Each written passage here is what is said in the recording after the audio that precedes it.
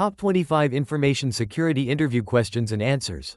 Information security plays a critical role in protecting sensitive data and ensuring business continuity.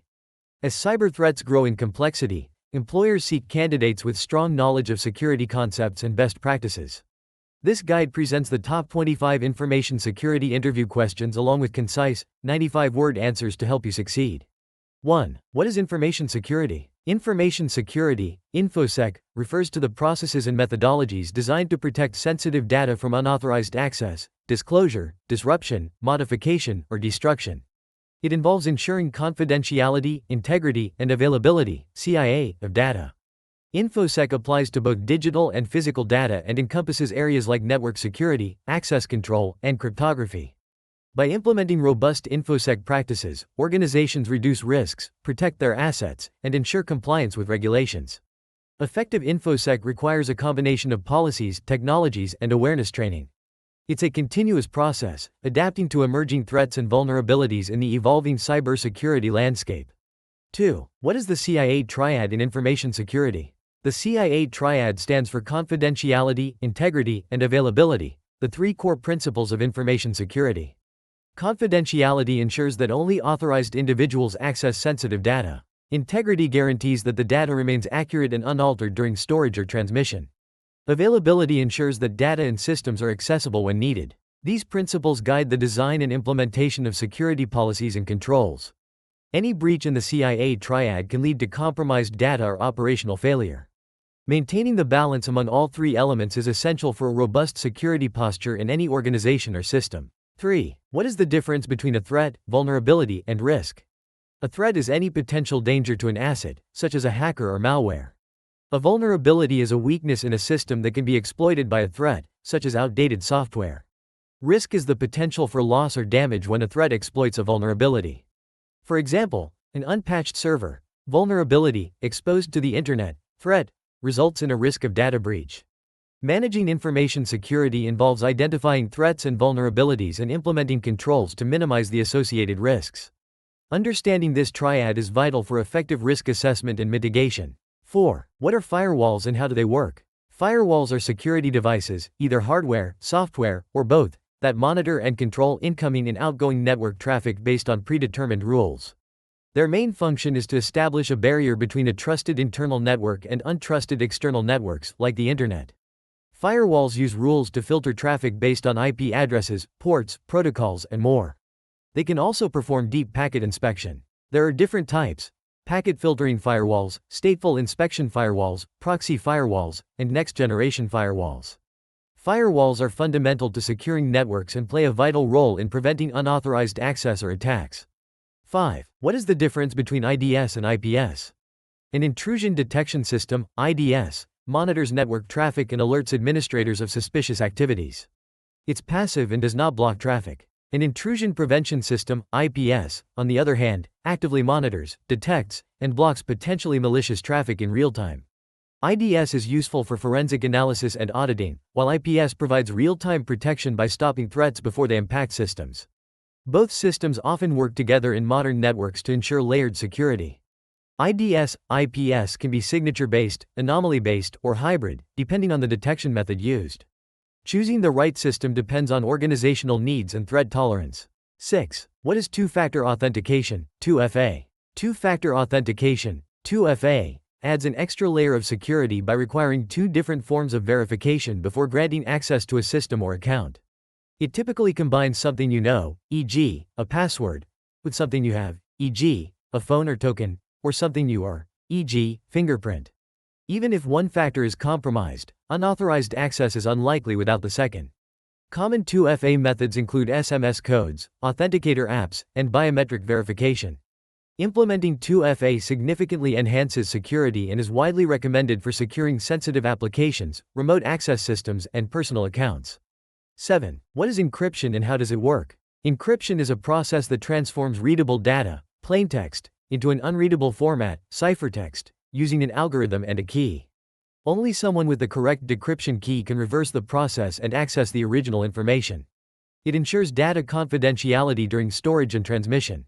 There are two main types: symmetric encryption, which uses the same key for encryption and decryption, and asymmetric encryption, which uses a public-private key pair.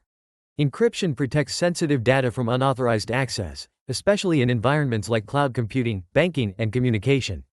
Popular algorithms include AES, RSA, and ECC. 8. What is a man-in-the-middle (MITM) attack? A man-in-the-middle (MITM) attack occurs when an attacker secretly intercepts and potentially alters communication between two parties who believe they are directly communicating with each other. The attacker can eavesdrop, steal sensitive data, or inject malicious content. Common MITM techniques include IP spoofing, DNS spoofing, and HTTPS hijacking.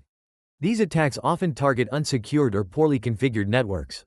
Preventing MITM attacks involves using strong encryption, like TLS, securing Wi-Fi networks, enabling HTTPS, and avoiding untrusted public networks. Detecting MITM requires monitoring for unusual network activity and validating digital certificates.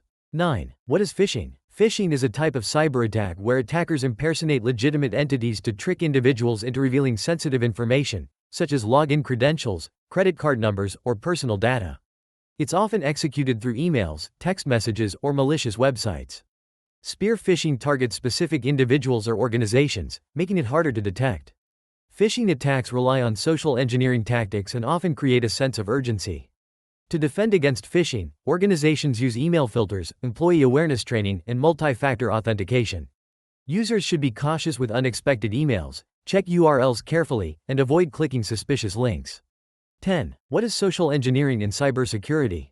Social engineering is the manipulation of individuals into divulging confidential or personal information that may be used for fraudulent purposes. Unlike technical attacks, it exploits human psychology rather than system vulnerabilities.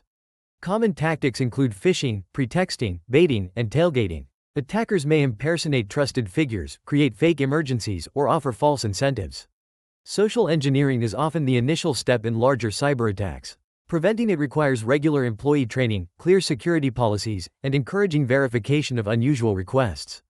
Security awareness is crucial, as even the most secure systems can be compromised by manipulating a single user. 11. What is malware? Malware, short for malicious software, refers to any software intentionally designed to cause harm to computers, networks, or users. It includes viruses, worms, trojans, ransomware, spyware, adware, and rootkits. Malware can steal data, damage systems, slow down performance, or allow unauthorized access. It often spreads via infected downloads, malicious websites, email attachments, or software vulnerabilities. To combat malware, organizations use antivirus tools, firewalls, intrusion detection systems, and user awareness training. Regular software updates and safe browsing practices are also essential. Malware remains one of the most common and dangerous threats in the cybersecurity landscape. 12. What is ransomware and how does it work? Ransomware is a type of malware that encrypts a victim's data and demands payment, usually in cryptocurrency, to restore access. Once infected, users are often locked out of their systems or files and shown a ransom note. Ransomware spreads via phishing emails, malicious attachments, or exploited vulnerabilities. Even after payment, there's no guarantee that the data will be restored. Preventing ransomware involves regular data backups, updated antivirus software, email filtering, and security patches. Organizations should also have an incident response plan. Ransomware is a fast-growing cyber threat, especially targeting businesses and critical infrastructure. 13. What is penetration testing? Penetration testing, or pen testing, is a simulated cyber attack conducted by ethical hackers to identify and exploit vulnerabilities in a system, network, or application. The goal is to assess the effectiveness of security measures and reveal potential weaknesses before malicious actors do. It includes reconnaissance, vulnerability scanning, exploitation, and reporting. Pen tests can be internal or external and may be black box, white box, or gray box depending on the tester's knowledge. Regular penetration testing helps organizations improve security posture, meet compliance standards, and reduce risk. It's a critical component of proactive cybersecurity defense strategies. 14. What is the difference between symmetric and asymmetric encryption? Symmetric encryption uses the same key for both encryption and decryption, making it fast but requiring secure key sharing. Asymmetric encryption uses a pair of keys, a public key to encrypt and a private key to decrypt, ensuring secure communication even over untrusted networks. While symmetric encryption is efficient and used for bulk data, asymmetric encryption is ideal for secure key exchange, digital signatures, and identity verification. Common symmetric algorithms include AES and DES. For asymmetric, RSA and ECC are popular. Many systems use both methods together in hybrid encryption for optimal performance and security. 15. What is a security policy? A security policy is a formal document that outlines an organization's approach to maintaining the confidentiality, integrity, and availability of its information systems. It defines acceptable use, access controls, incident response procedures, and employee responsibilities. Security policies serve as a foundational guide for implementing technical and procedural safeguards. They help ensure compliance with legal and regulatory requirements, reduce risk, and align IT practices with business objectives. Effective security policies are regularly reviewed, updated, and communicated to all staff. Without well-defined policies, organizations are vulnerable to inconsistent security practices and increased risk of breaches. 16. What is a zero-day vulnerability? A zero-day vulnerability is a security flaw in software or hardware that is unknown to the vendor and has no official patch or fix at the time of discovery. It is called zero-day because the vendor has had 0 days to address the issue. Cybercriminals exploit zero-day vulnerabilities to launch attacks before they're patched, making them particularly dangerous. Zero-day exploits can lead to data breaches, malware infections, or system compromise. Detecting such threats requires advanced threat intelligence and behavior-based security tools. Regular updates, endpoint protection, and intrusion detection systems help mitigate potential zero-day risks. 17. What are access control methods? Access control methods are techniques used to regulate who can view or use resources in a computing environment. The main types include discretionary access control (DAC), owners set access permissions. Mandatory access control (MAC), access based on security classifications. Role-based access control (RBAC), access based on user roles. Attribute-based access control (ABAC), access based on attributes and policies. These methods help enforce the principle of least privilege, ensuring users only access what's necessary.